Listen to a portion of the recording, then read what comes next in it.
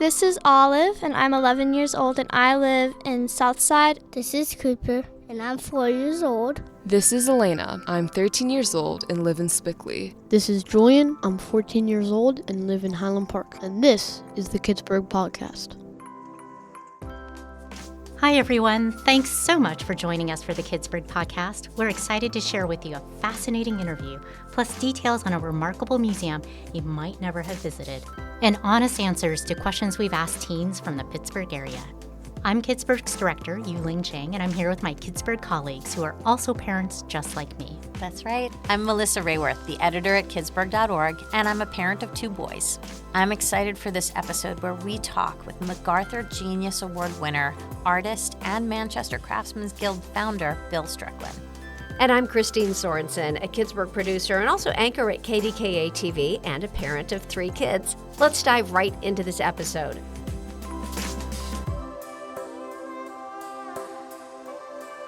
We kick off every episode with a Pittsburgh gem, a really special place in southwestern Pennsylvania that may not typically be on the list of famous spots. Today we hear about contemporary craft. Yu-Ling, I know you spent some time there with your kids. I love this place. It's in Lawrenceville, which is such a cool neighborhood, just fun to explore. But I think of this place as part museum and part makerspace. So there's beautiful art that you can see. They talk about making art accessible through craft. So you can see ceramics, fiber, glass, metal, and wood. And they have QR codes that you can do and explore with your kids and learn about things. But then you can also make. So you can go and take workshops on block printing, paper making, metal stamping. The kids and I have made bracelets doing metal stamping. They have community days throughout the year where you can go in for free. And if you really want to do more, you can take workshops and get certified in rabbit laser cutting. You can learn how to do geometric bead weaving, or you can even become one of the teen apprentices. I love this place. My mom is a sculptor, so I have a special place in my heart for it, but I love going there every time. It's so fascinating to see what they have, and to know that they can do so much with kids is really cool too. Yeah, I could imagine for kids and adults to be able to be in a museum and be seeing the work of really accomplished, talented artists, and then, like you said, Yu-Ling, right then and there, do some making of your own. It sort of really ties that together, and I would think for kids and grown-ups, that's really inspiring. And I just love during community days that the kids can try something new and it's low cost to the family. You just try it, and then if they want to do more, then go find a workshop. But otherwise, you've tried something and you can see if something else might interest your child. You can see more about the contemporary craft mentioned in stories and event guides at Pittsburgh.org or visit us at Pittsburgh.org/podcast. Pittsburgh is Pittsburgh. You're listening to the Pittsburgh Podcast. Bill Strickland is a visionary, coming from a tough neighborhood of Pittsburgh to becoming an artist and starting schools in Pittsburgh, Manchester Craftsmen Guild and Bidwell Training Center, where people learn vocational skills and art. And they also have all kinds of art classes for young people. He was awarded the MacArthur Genius Award for leadership and ingenuity in the arts.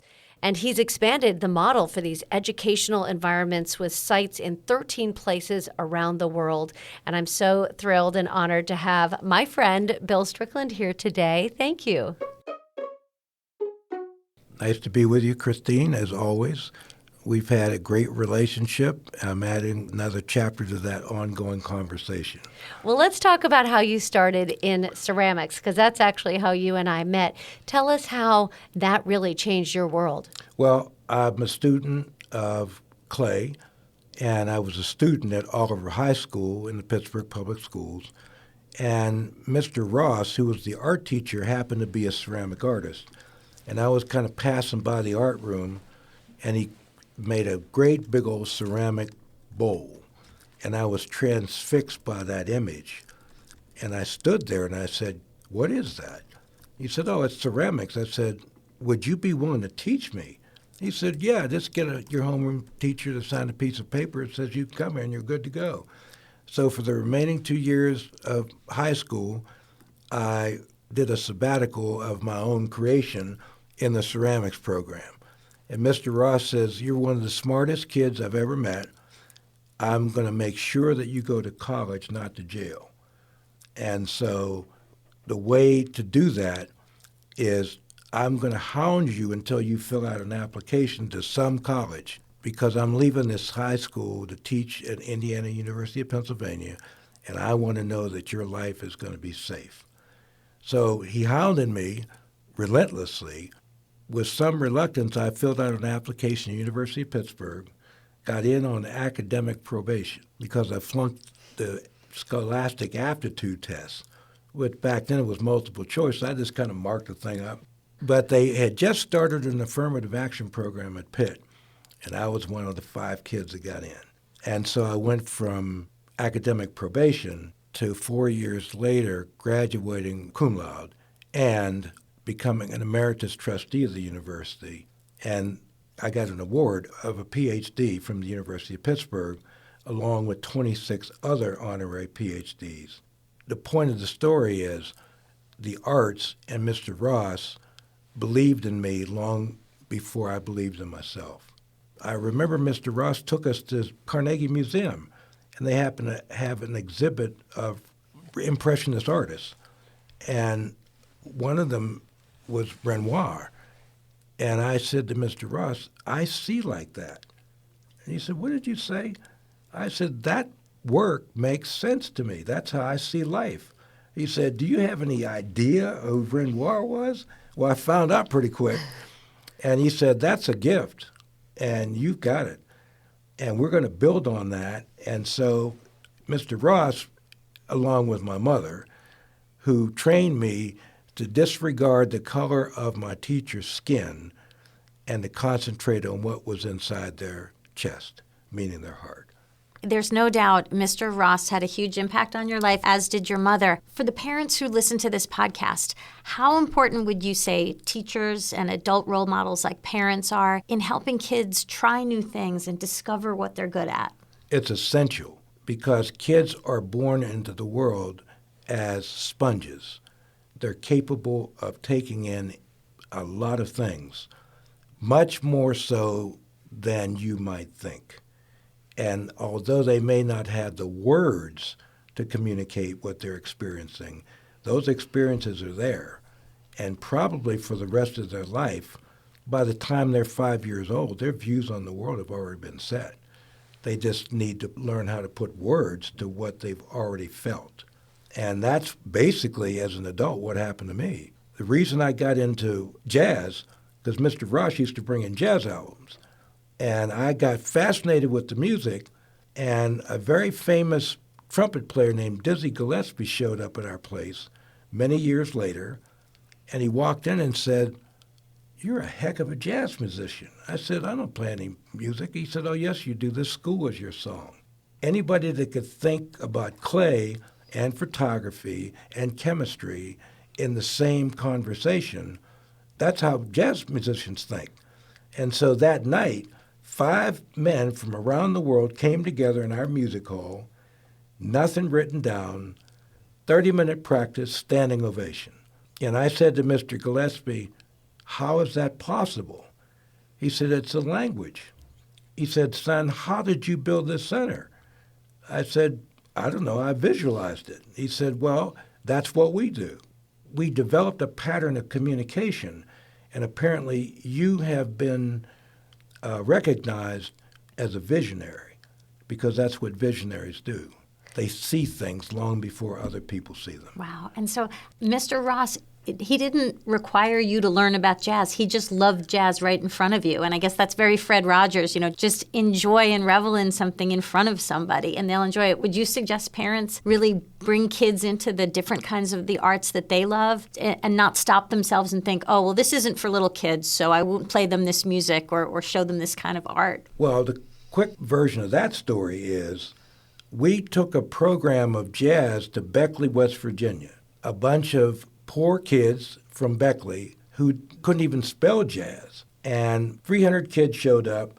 The next time we went back to Beckley, their parents were there because the kids were so excited about whatever it was they heard, they told their parents about it. Wow. And now we've made that into a program that we're going to annualize in Beckley, West Virginia.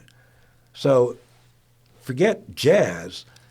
Think about feelings. What the kids were able to connect with was how they felt. And I thought that may be a key that is worth concentrating on. Well, and that really ties in with your centers and believing how the environment really is important for the learning. So explain how you've created your centers, what they're doing, and how the environment is a big part of that. Well, environment drives behavior.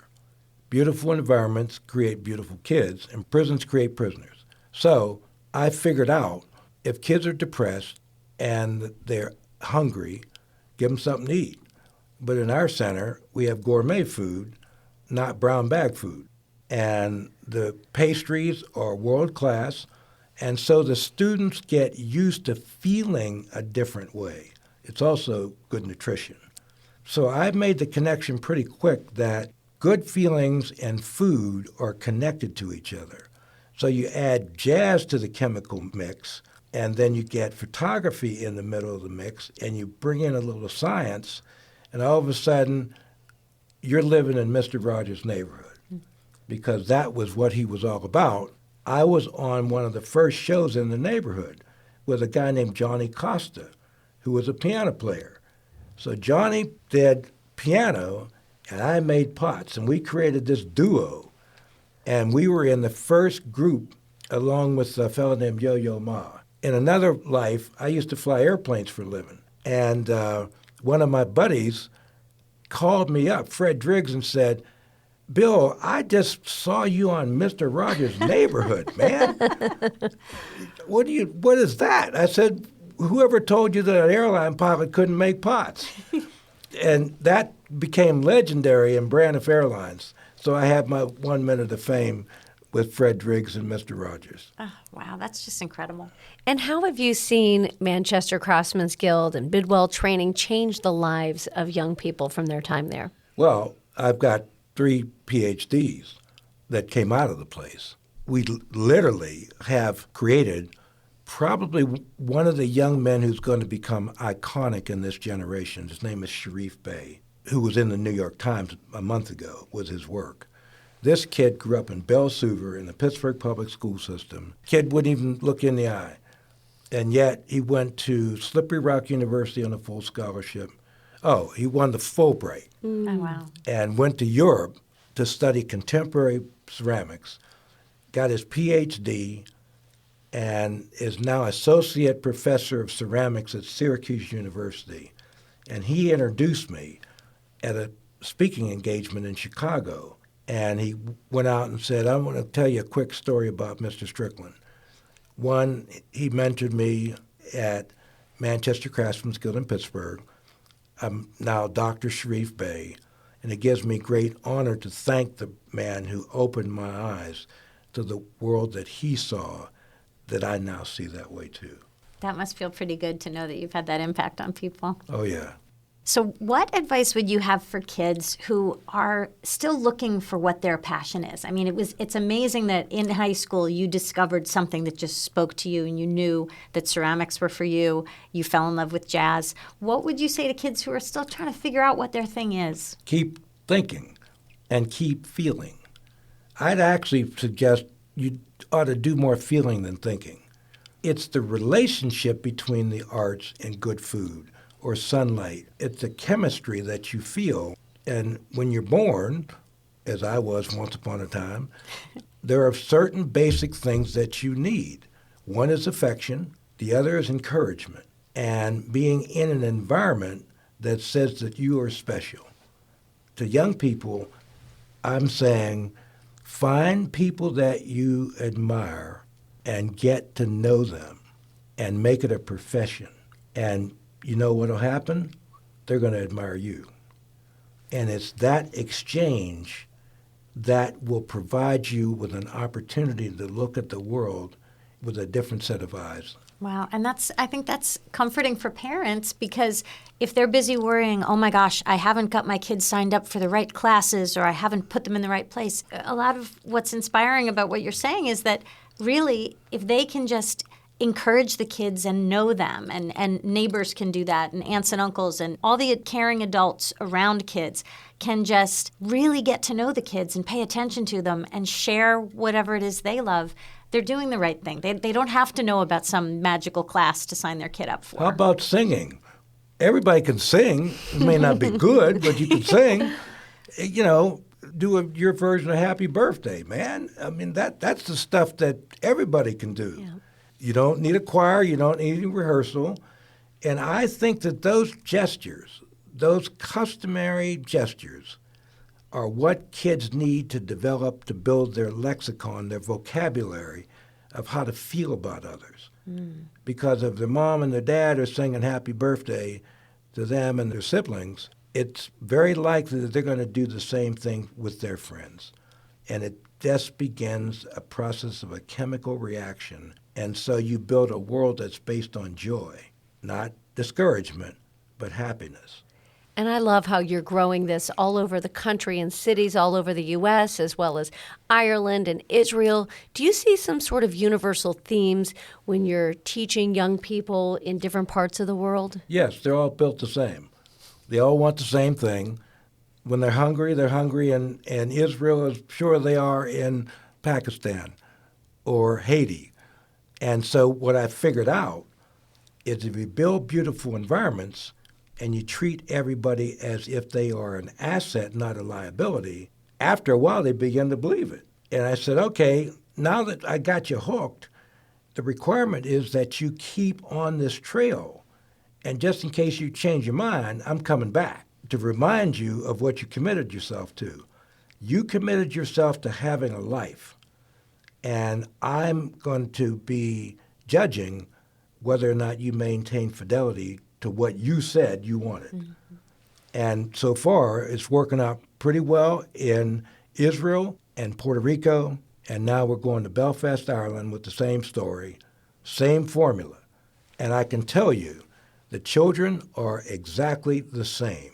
In Israel, we have the Jewish kids and the Palestinian kids going to school together in Israel, wow, in spite of all the political turmoil. And so when I went to Ireland, I said, I've got the Jewish kids and the Arab kids talking to you. What's your excuse? At least you claim to be worshiping the same God. So come on, let's leave the guns at the door, in some cases literally, and let's go toward a life that makes sense, that is germ-free and harm-free. And I guarantee you with my life that I will be celebrating your lives and their trajectory together. I love how you just never stop. I mean, you just keep going. What's next for you? Well, I'm going to create something called the Strickland Global Leadership Institute. And Luis Vidal, who is I've hired, is going to build our center in Belfast because he visited Pittsburgh. As it turns out, I wasn't there. I was somewhere else. He left a manuscript for me. And he said, someday I hope to be able to meet you. Well, it turns out, through a common connection, I did talk to Mr. Vidal and his firm, and he said, I'm a world-class architect. I did the passenger entrance in Heathrow Airport. I'm now building Pittsburgh, and I know about you. And I want you and I to develop a friendship and talking points because I intend to change the planet, and I heard that's what you want to do. So why don't we become friends, which we have reaffirmed, by the way, in the last 2 weeks I talked to him. And it's game on. Wow. So tell us about the Institute. So what are you most excited about and what all will be happening? Well, basically it's just an expansion of what we're already doing here in Pittsburgh. But what I've discovered is people are people. And if you start with things that are known, people need love, they need affection, they need encouragement, et cetera, et cetera, et cetera. And I don't care if it's Israel or Belfast or Puerto Rico. The message is the same and the needs are the same. That's what I figured out. That's why I won something called a MacArthur Genius Award, because I figured out the cure for cancer of the human spirit. It's environment. And that's what Vidal figured out.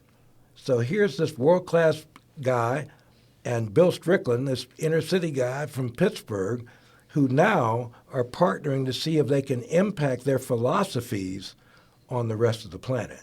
Now, it's unlikely I'm going to change the planet, but what is likely is that I'll never give up.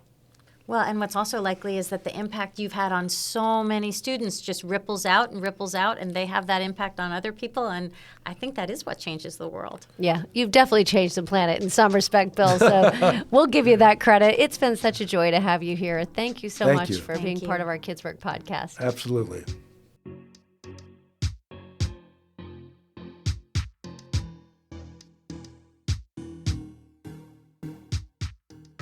I was really struck by Bill's story and how he had great mentors in his life, starting with Mr. Ross, who just said, let me show you this and let's dive into this. Let's listen to some jazz. Let's look at ceramics. You can do anything you want to do. And that kids are sponges and you just soak up those experiences and you follow your own path. Yeah, when he said, Mr. Ross believed in me long before I believed in myself, that really brings home that all adults, whether you're a parent or a grandparent or a teacher, if you let a child know you believe in them, even if you have no idea what it is they're going to want to do when they get older, just let them know you believe in them. That is just so powerful. And for our listeners who can't see Bill Strickland, I've known him for so many years, and I've loved following what he does because he never stops. He's 77, and he is still creating new things because he loves to give, and it's just so inspiring. Yeah, and the fact that he's taken something that he built here in Pittsburgh that was so Pittsburgh, so connected to Fred Rogers and connected to the community here, and now he's made it something global. That is just fantastic. And you can find a link to Manchester Craftsmen's Guild at kidsburg.org/podcast. And in a moment, we're going to hear local teenagers share their real thoughts on why arts and music programs are important in school. You're listening to the Kidsburg podcast. Pittsburgh is Kidsburg. Many kids spend time these days in science, math, and technology classes. But at some high schools, arts and music classes are only offered as electives that kids have to try to squeeze into their busy schedules. We asked kids at SLB Radio's Youth Media Center what they think about why arts and music programs are important to a school. Here's what they said.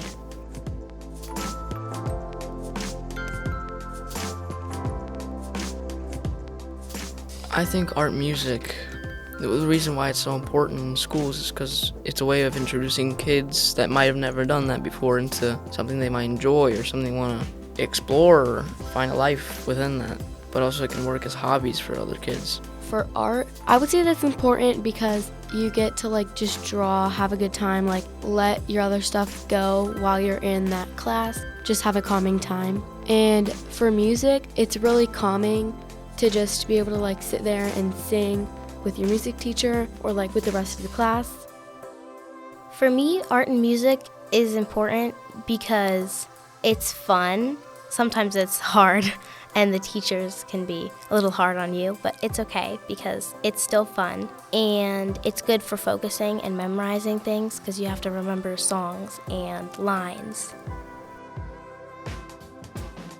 Just having a science, math, academic kind of environment is really restricting because I feel like a lot of it is grade focused and you're focused on reaching a certain goal. But the good thing about art and music, you can't really quantify anything. You can't really set a goal and be oh, that's where I want to be. So I definitely feel like having arts and music is able to allow not only our minds to grow, but also give us some relief from the pressure of academics. My name is Jose. This is Sophia. This is Megan. From the Youth Media Center at SLB Radio, this is Penelope.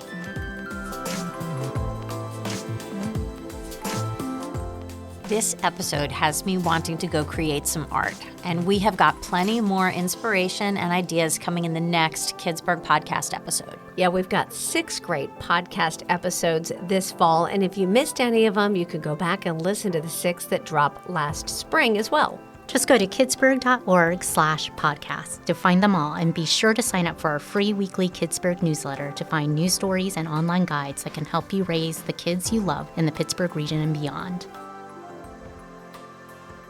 This is Rocco. I'm in 7th grade and homeschooled, and this is the Kidsburg Podcast. On the next Kidsburg Podcast, we talk with writer Ryan Rozeski about the ways that Mr. Rogers is still helping parents today and how his insight can help you raise the kids you love.